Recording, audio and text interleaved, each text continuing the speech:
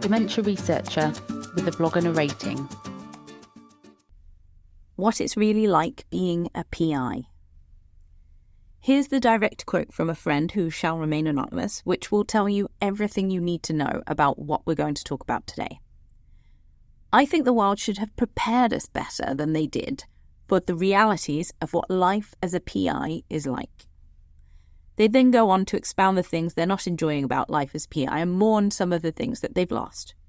So today I'm talking directly to all you junior people out there still working your way up the ladder, and I'm going to tell you what's waiting for you at the top, and hopefully it will help inform your choices. Let's start with writing. If you do not like writing, the life of a PI is not for you. I recently told someone at lunch that I'd got some funding and now my job was to write up papers from my last grant and apply for more funding, and she said, yes, that's pretty much your job from now on. You just have to sit in an office and beg for money. And tragically, she's not wrong. I enjoy writing, which is why I write so many of these things, but there's a lot of writing which is time-consuming and not all that fun. Grant writing, for the most part, is enjoyable. You get to have ideas and shape them and bring together disparate bits of research or new teams of people. You get to see how a project might look and think about how to best use the resources at your disposal. But it also comes with a lot of scribbling out budgets on large pieces of paper, of writing out ethics sections and thinking about recruitment. You need to make Gantt charts and write out impact statements. You need to endlessly liaise with finances and local reps to figure out whether a piece of kit technically counts as equipment or not. You need to put together the justification of resources to prove why you need what you've asked for and to prove you're not just going to take all the money and spend it on hats. And once you've done all of that and poured your heart and soul into it, they can still say no for no obvious reason beyond the fact that they only have so much money to go around. Paper writing is the same, but in theory, you learn that fairly early on. Bringing the idea to fruition and putting it out there into the world can be fun. You get to put all the results down in a nice order early in the process. You get to use that to spot obvious holes in the project. You get to chat with colleagues about where it might go and how that might affect how you frame the results. But you also have to spend an age formatting graphs so they're all lined up, figuring out what referencing style the journal needs, and typing endless reams of methods. You then need to argue with reviewers for weeks and months by writing overly polite, "we thank the reviewer for their time" letters. You need to totally reformat it when it gets rejected so that it could be sent somewhere else. And that can go on for months, sometimes years. But in addition to the quote-unquote fun writing tasks, there's a lot that goes on that you need to do that's not fun. Most research comes with a ton of either ethics or safety. If you work with humans or animals, you'll need to fill out endless pages of forms. Statements on adverse effects and adverse event reporting, statements on refinement and replacement, letters of approval and support. You need to think about the risk to you, the risk to the animal, the risk to the participant, and you need to use language which is carefully sculpted to not get you into trouble and to not cause you to be sued. All of which involves endless emails and meetings, and none of which you get any training to do because it's just assumed that once you've seen one of these documents, you'll be able to just write one of your own. But even if you don't work with people or animals, cells and other lab bits and pieces are just as problematic. You need COSH forms and standard operating procedures for everything in the lab.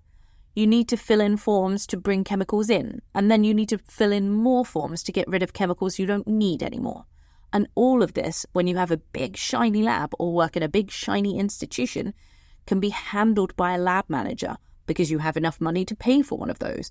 But at the start, when it's just you and a master's student who has no idea what they're doing, those forms are all yours, my friend.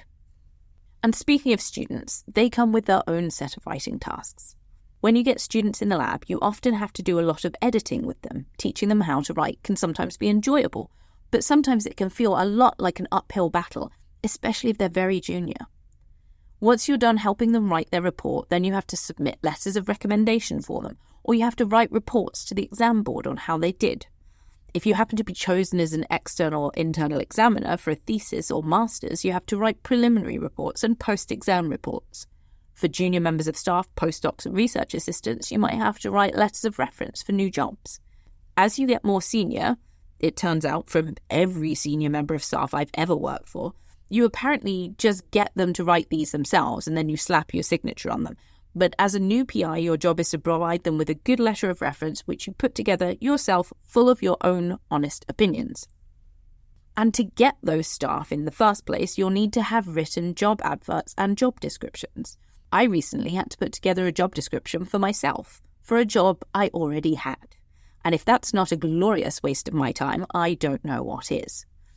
You'll need to fill these descriptions with essential and non-essential criteria, crafted in such a way that you're not overwhelmed with spurious applicants, but also that you definitely get more than 0. You'll need to fill your website with sales pitches so your research sounds as awesome as you think it is, so that you attract students and postdocs. And if you pitch it right, then your next job is to sift through 40 applications and figure out which ones you want to interview. You'll have to write out a template letter of rejection to those you're not interviewing, and then after you've interviewed, you'll have to write a more personalised list of how the applicants didn't meet all the criteria you spent an age writing, even if they absolutely did, but you just liked the other person better. If you manage to get a lectureship or some kind of important departmental position, then in addition to your writing tasks, you get to have meetings. Lots and lots of meetings. Some of them will be enjoyable. You might get to sit on student advisory panels where you get to help researchers develop, or you get to sit on grant review boards where you get to read and talk about new research. But you might also have to sit on the local health and safety committee and talk about the uptake of safety goggles and the placement of eye wash stations. You might have to sit on the ethics board and have endless circular arguments about the legal minutiae of a study. You might have to sit on the space committee and talk about who gets what bench space. If you can't tell, I'm a big fan of this meeting could have been an email, which is why nobody invites me to these things. And you can try and do all of this and be in the lab and do research at the same time, but the chances are you won't be successful. If you've got a few people in the lab and you're trying this, chances are you're neglecting all the admin tasks they've sent you, and sooner or later they'll start to resent you. If you've got a few people in the lab and you're just sitting in the office focusing on all the admin tasks they've sent you, then they'll resent you anyway because you don't understand what it takes to do an experiment anymore. Really, it's lose-lose. And all of this means you're not in the lab trying out that new piece of kit you so desperately wanted to buy to do the experiments you so desperately wanted to run. And maybe you never will get to use that bit of kit because you have a PhD student now and they don't like it when you touch things in the lab. So you're resigned to your office, scribbling away so that they can continue their upward trajectory to eventually sit in your office, also scribbling away. Because in academia, this isn't a job anymore, it's a competition. But what you need to realise is that all of this waffle means that you have a lot of skills that are needed and well thought of elsewhere. You are a critical thinker and a writer and a problem solver. You work well independently and within a team. You're organised and have good time management and presentation skills. You could work pretty much anywhere you wanted, so if all of the above sounds like the chaotic mess that it is, then you take those skills where they're really valued. I still enjoy new experiments. New experiments using new bits of kit where I have no clue whether they're going to work or whether they're going to fail. And if they do fail, I'm going to have all kinds of fun figuring out what went wrong and trying them again. I am, however, finding that this is making me increasingly nervous as I get more senior. I can't afford for experiments to go wrong because failed experiments don't get papers and people with no papers don't get grants. Why don't you leave then, I hear you cry. Your job is clearly making you anxious, bitter and angry, and this is clearly not a combination which is going to be beneficial for your mental health.